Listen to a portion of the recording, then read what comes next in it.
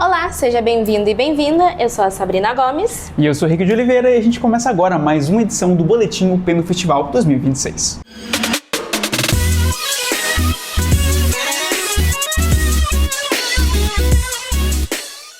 Você já se imaginou num cenário pós-apocalíptico? A peça Fragilidade de Vitória Campanari somos convidados para repensar no que nos une. Quem nos traz mais informações são os repórteres Beatriz Marques e Elias Charren. Em um mundo pós-colapso, pedra, plástico e metal entram em conflito. Uma flor surge para transformar tudo isso. Esse é o ponto de partida da peça Fragilidade, espetáculo apresentado na Caixa Cultural dentro do Festival de Curitiba. A peça, com duração de 40 minutos, classificação livre, propõe uma reflexão sobre convivência, empatia e transformação. Diretora e também íntegra do elenco Vitória Campanari destaca a proposta do espetáculo. Esse espetáculo se chama Fragilidade, né? E a ideia é trazer 3 monstrinhos para a cena. Então, os 3 monstrinhos, eles têm perfis diferentes, que é a pedra, o plástico e o metal. Então, eu procurei desde tecidos que representassem esses monstrinhos e esses materiais e de uma forma mais lúdica, né? De uma forma que a gente conseguisse cruzar a dramaturgia com a ludicidade, com os materiais e com os perfis desses monstrinhos. O ator Leonardo Fabiano, que interpreta a Pedra, destaca a proposta subjetiva do espetáculo. A gente trabalhando com dança, né? E dança tem sempre uma subjetividade um pouco maior, uma possibilidade de você gerar diferentes interpretações. E pra gente isso é muito rico, das pessoas poderem interpretar de acordo com as suas referências, interpretar de acordo com as suas vivências. Então a gente espera isso, que as pessoas se sintam confortáveis e à vontade para assistir e tirar suas próprias conclusões e interpretações. Isso pra gente é muito rico. O espetáculo utiliza elementos corporais e visuais para construir a narrativa, explorando a relação entre força e fragilidade por meio dos personagens. A chegada da flor marca uma virada na história, trazendo novas possibilidades de convivência em meio a um cenário de conflito. Mais do que uma história, a peça Fragilidade convidou o público a refletir sobre um mundo com diversas rupturas. O hip hop e a poesia se juntaram no Teatro Universitário de Curitiba para um espetáculo show. Idealizado por Ghetto Gru e Chordata Produções Culturais, a obra Palavras Cruzadas é uma antologia de trabalhos literários. A repórter Heloísa Muzeca foi para lá e contou um pouco mais pra gente. Rima, corpo e expressão. O espetáculo Palavras Cruzadas transforma o palco em um espaço de reflexão e resistência. Eu sou o Kamaiki, sou artista, integrante da Ghetto Crew e ator MC do Palavras Cruzadas. O que a gente quer passar com Palavras Cruzadas é falar sobre o poder da palavra, e não só da palavra dita, mas ela nas várias formas que a gente consegue trabalhar. Então, esse espetáculo mistura poesia marginal, rap, né, a música e o texto teatral da forma que a gente já conhece. Então, a palavra juntando as várias formas pra falar sobre o poder dela, sabe? No palco, palavras e corpo se cruzam para dar voz a histórias muitas vezes invisibilizadas, trazendo à tona questões sociais e identitárias. E fazer parte de um dos maiores eventos culturais do país também carrega um significado especial. É um sentimento de muita satisfação, assim.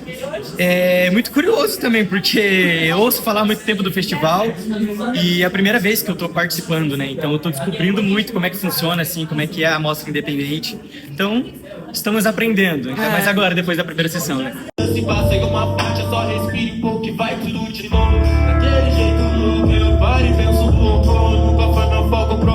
Entre versos e vivências, Palavras Cruzadas reafirma o poder da palavra, dita, rimada e vivida. A gente costuma pensar que a vida é feita de grandes acontecimentos, viagens, amores, ilusões, traições, mas na peça Pequenas Mortes Cotidianas, a gente descobre que o que realmente nos move são as pequenas miudezas do dia a dia. O nosso repórter Natan Favoreto foi cobrir e conta um pouco mais pra gente. Na última sexta-feira, o Festival de Curitiba recebeu a peça Pequenas Mortes Cotidianas, abordando fatos e acontecimentos com uma narrativa diferenciada. É um recorte de algumas histórias do livro que tem esse título, que é Pequenas Mortes Cotidianas. Então a gente selecionou algumas das histórias. Esse livro ele foi finalista do Prêmio Oceanos, que é um grande prêmio de literatura nacional, um dos maiores. E aí, por isso, a gente escolheu ele, né, para montar. E a primeira história, que a gente tem um carinho imenso por ela, é o Marianas. É uma homenagem a essa tragédia de Marianas e Brumadinho, que nada se solucionou. Então, ele foi escrito lá atrás, mas a gente escolheu trazer para o palco agora por isso, para dizer, olha, tudo continua igual. As pessoas sumiram na lama e tudo continua igual.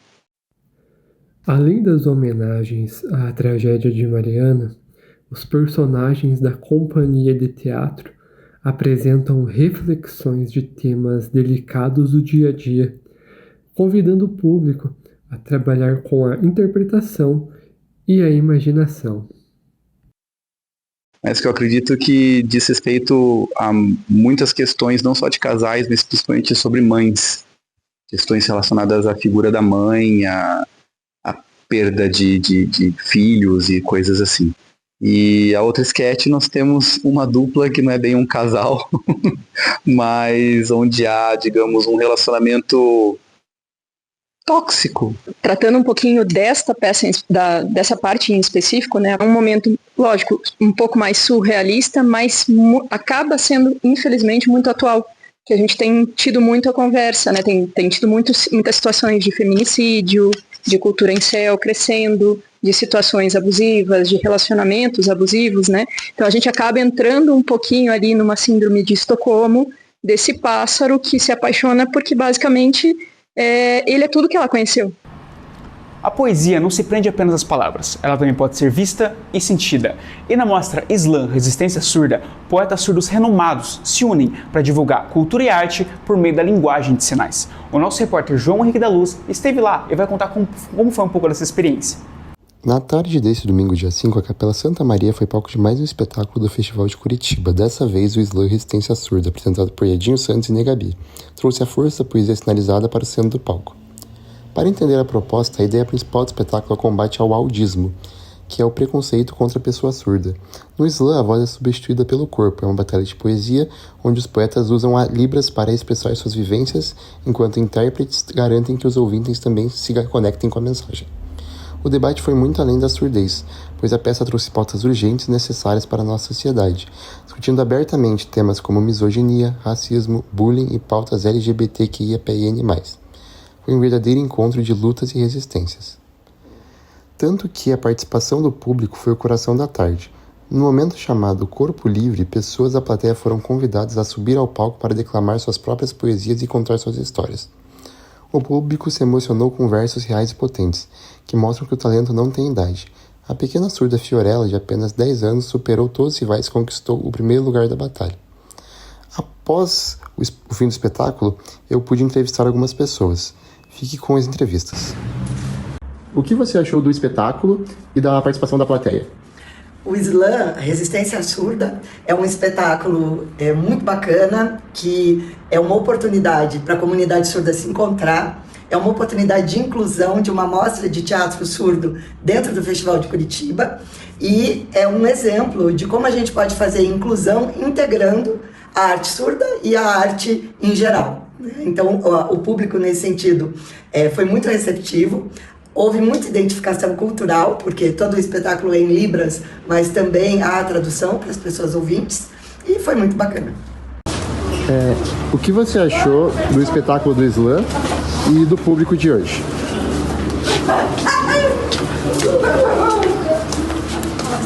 Então, aqui é um lugar de festividade, a Mostra Surda de Teatro é uma espécie de semente, né, que vai fazer florescer e crescer esse processo. Então eu gosto muito, né, da parte artística, de ator, de interpretar também, gosto das lições com acessibilidade com o intérprete, mas não tem protagonismo surdo. E esse protagonismo surdo proporciona pra gente um compartilhamento de uma experiência que é muito similar, né, com várias questões, várias temáticas, LGBT, enfim, de raça, e ver a língua de sinais da sua máxima, da mão das pessoas surdas, isso é muito legal, muito bom mesmo. Então, a Mostra de Teatro me dá algo que faz com que eu não esqueça essa marca importante que eu levo para mim. Então, acho que isso.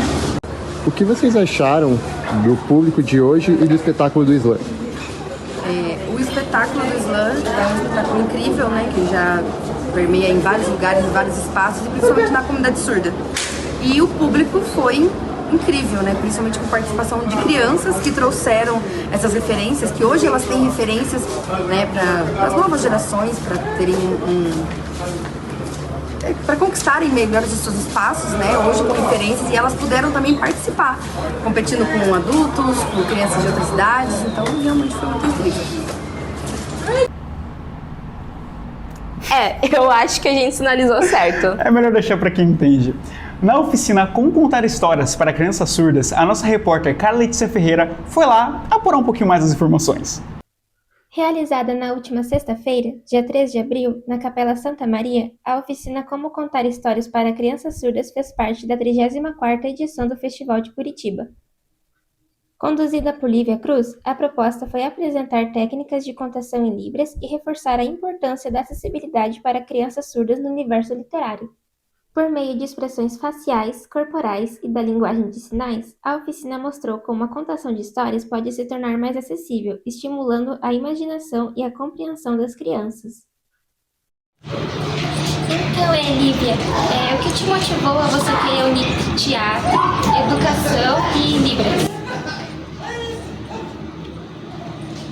Bom, é uma excelente pergunta, porque, na verdade, eu já trabalhava nas escolas, né, e a maioridade dos professores eram ouvintes e não tinha fluência em língua de sinais, e no momento de leitura, eles sempre me pediam para fazer essa leitura para os alunos, e os alunos, assim, ficavam com os olhos brilhando quando eu contava histórias.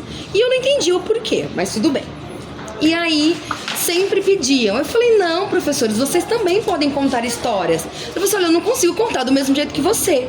Beleza, então eu fui explicando isso pra eles, ensinando os professores a diferença, porque é muito diferente, né? Então, são técnicas e estruturas diferentes de se contar. E aí foi onde eu entendi, comecei a fazer pesquisa sobre isso e artigos, mas aí eu decidi que eu precisava focar numa didática, principalmente dessa forma, né, para motivar outras pessoas a contarem histórias também. Então eu fui estudar, fiz um mestrado em relação a isso, também pensei também que podia reorganizar isso no teatro e com oficinas também. E foi aí que fui conectando todos esses temas.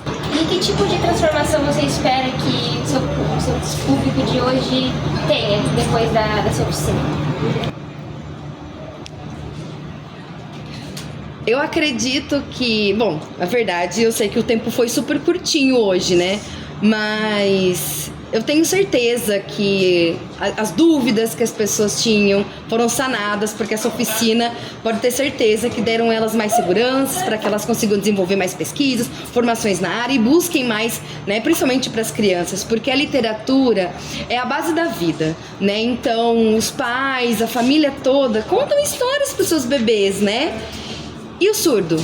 Eles não têm essa oportunidade, eles crescem e aprendem esse processo tardiamente. Então essa é uma forma de que essa oficina faça com que essas crianças também cresçam com essas experiências. E o meu sonho é esse mesmo, né? Que eles vão embora e busquem mais informações para isso. E assim, qual que é o impacto da ausência do ensino de Libras na educação brasileira tem em relação a conseguir incluir as crianças e pessoas surdas na sociedade? Esse assunto é bem difícil de responder, porque a questão, quando a gente fala sobre política, todos os professores surdos que são formados, que são pedagogos, que têm outras disciplinas, matemática, geografia, eles não acessam esses espaços da prefeitura, espaços públicos, porque a língua que barra, né? É sempre o português como prioridade.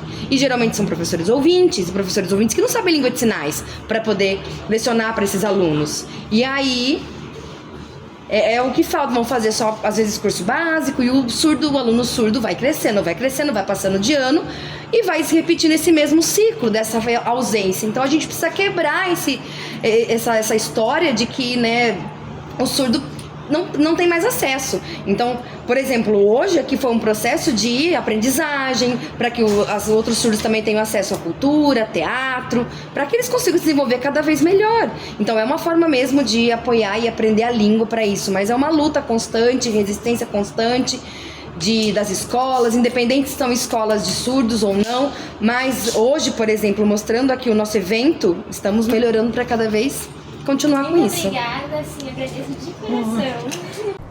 A Caixa Cultural de Curitiba também recebeu a prática intensiva de atuação e dramaturgia, uma oficina que foi ministrada pelas artistas Ana Kfouri e Tainá Longras. A nossa repórter Dilcimere Santos esteve presente e nos relata o que aconteceu. O corpo em movimento e a voz como ferramenta de criação. Essa foi a proposta de uma das oficinas do Festival de Curitiba. A atividade foi conduzida pelas artistas Ana Kfouri e Tainá Longras e reuniu participantes interessados em explorar novas formas de atuação e escrita. No início, uma conversa apresentou os conceitos que orientam a prática, como a relação entre o corpo e palavra e a ideia de que a linguagem também pode ser construída a partir de experiência física. Na sequência, os participantes foram conduzidos a exercícios de respiração, projeção vocal e movimento pelo espaço.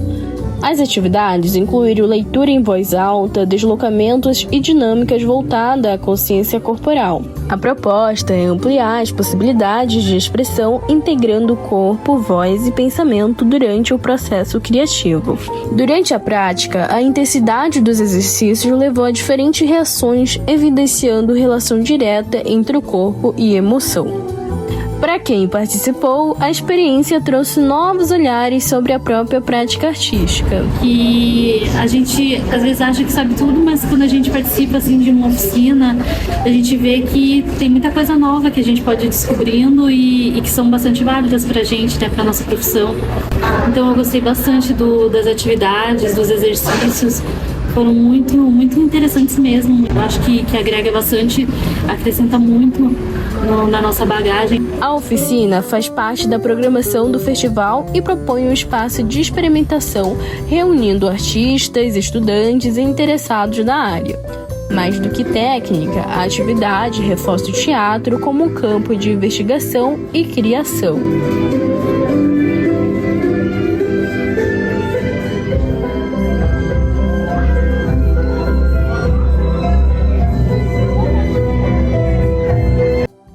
Ainda sobre atrações de preparação para público e também para os artistas, a nossa repórter Yasmin Costa foi cobrir a oficina de dança afro. Conduzida pela dançarina Lena Silverman, a oficina busca unir tradição, ancestralidade e modernidade através do movimento. A ancestralidade deixou de ser teoria e ganhou movimento neste último sábado, dia 4 de abril, no Mini Auditório Glauco Flores. Fazendo parte do Festival de Curitiba, a artista e educadora Lena Silverman comandou uma oficina de 2 horas dedicada à dança afro. Mais do que uma aula de técnica, a imersão propôs um resgate histórico e sensorial. Com classificação livre, o encontro reuniu um público diverso para explorar a corporalidade, usando o movimento como uma ferramenta de autoconhecimento e conexão com as raízes negras. Oi pessoal, eu tô aqui com a Lena. Oi. E me conta um pouco mais assim, como nasceu essa oficina, como funciona para você, qual o seu papel nessa parte da oficina? Na faculdade eu me formei em dança e antropologia justamente para fazer esse casamento, né, da cultura e da dança. Mas a gente vai numa pequena jornada, assim, pelos ritmos.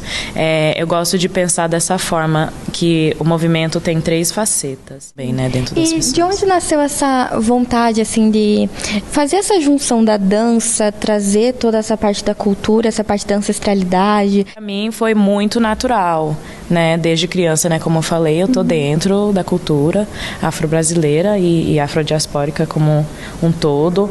E eu acho que, assim, fazer isso e investigar a cultura, investigar a história dos nossos povos veio de uma forma muito natural para mim, porque sempre tive essa curiosidade, porque sempre tive dentro, assim, né? E as referências que eu tenho, a pessoa que me introduziu a dança, na real, a Dora Oliveira, é a minha tia. Então, assim, ela como referência principal para mim na dança, foi mais do que natural eu seguir nessa mesma linha, né, que ela me introduziu. E isso foi um pouquinho sobre a oficina de dança afro. Foi muito bom poder participar e trazer um pouco mais sobre isso para vocês. Agradeço muito por terem assistido até aqui e até mais. O público lotou a pedreira Paulo Leminski para prestigiar o segundo dia do Risorama. Diego Portugal, Léo Lins e Ariana Nanti marcaram presença na mostra de humor. Quem esteve presente foi o Fernando Gates, o nosso repórter, e ele nos traz um relato de tudo o que aconteceu. Estamos aqui na Pedreira Paulo Leminski, onde acontece a 22ª edição do Risorama. O evento é um dos destaques do 34º Festival de Teatro de Curitiba, reunindo grandes nomes do humor brasileiro. Pela primeira vez em sua história, o Risorama ocupou o palco da Pedreira. O evento, que aconteceu no último sábado, dia 4 de abril, apresentou uma estrutura adaptada para receber o grande fluxo de pessoas. O comando da noite ficou por conta do humorista Diogo Portugal. Criador do Risorama, Portugal completa sua 22ª participação consecutiva como mestre de cerimônias. Como primeira atração, o palco recebeu Claudinho Castro, conhecido como Anão. A diversidade de estilos seguiu com Felipe Branco, que apostou em um set focado na sucessão de piadas diretas, utilizando gírias e sotaque caipira como marcas registradas de sua narrativa. Representando o humor nordestino, Ariana Nucci trouxe um stand-up de observação. A variedade de estilos foi reforçada pela performance de Chico Raiz, que levou ao palco o personagem Chico, o vendedor raiz. Um dos momentos de maior engajamento da noite foi a apresentação de Maurício Dolens. Com uma proposta que mescla teatro, ilusionismo e comédia, Dolens utilizou sua energia caótica e o personagem Coringa para realizar um show interativo. Para finalizar a 22ª edição do evento, o palco foi entregue ao Léo Lins. Puxa, extremamente divertido, os comediantes um melhor que o outro, um humor muito inteligente. Eu recomendo, quem quiser vir, vale a pena. Com o encerramento das apresentações da Pedreira Paulo Leminski, o Risorama reafirma sua posição como o maior clube de comédia do país. A edição histórica, marcada pela estreia no maior palco ao ar livre da cidade, demonstra a força do gênero stand-up e a consolidação do evento no calendário cultural paranaense. A edição do Boletim UP no Festival 2026 fica por aqui. Mas a gente se vê amanhã. Tudo sobre o curso de jornalismo da Universidade Positivo você encontra no nosso Instagram, @jornalismoup. A gente se vê na próxima. Tchau!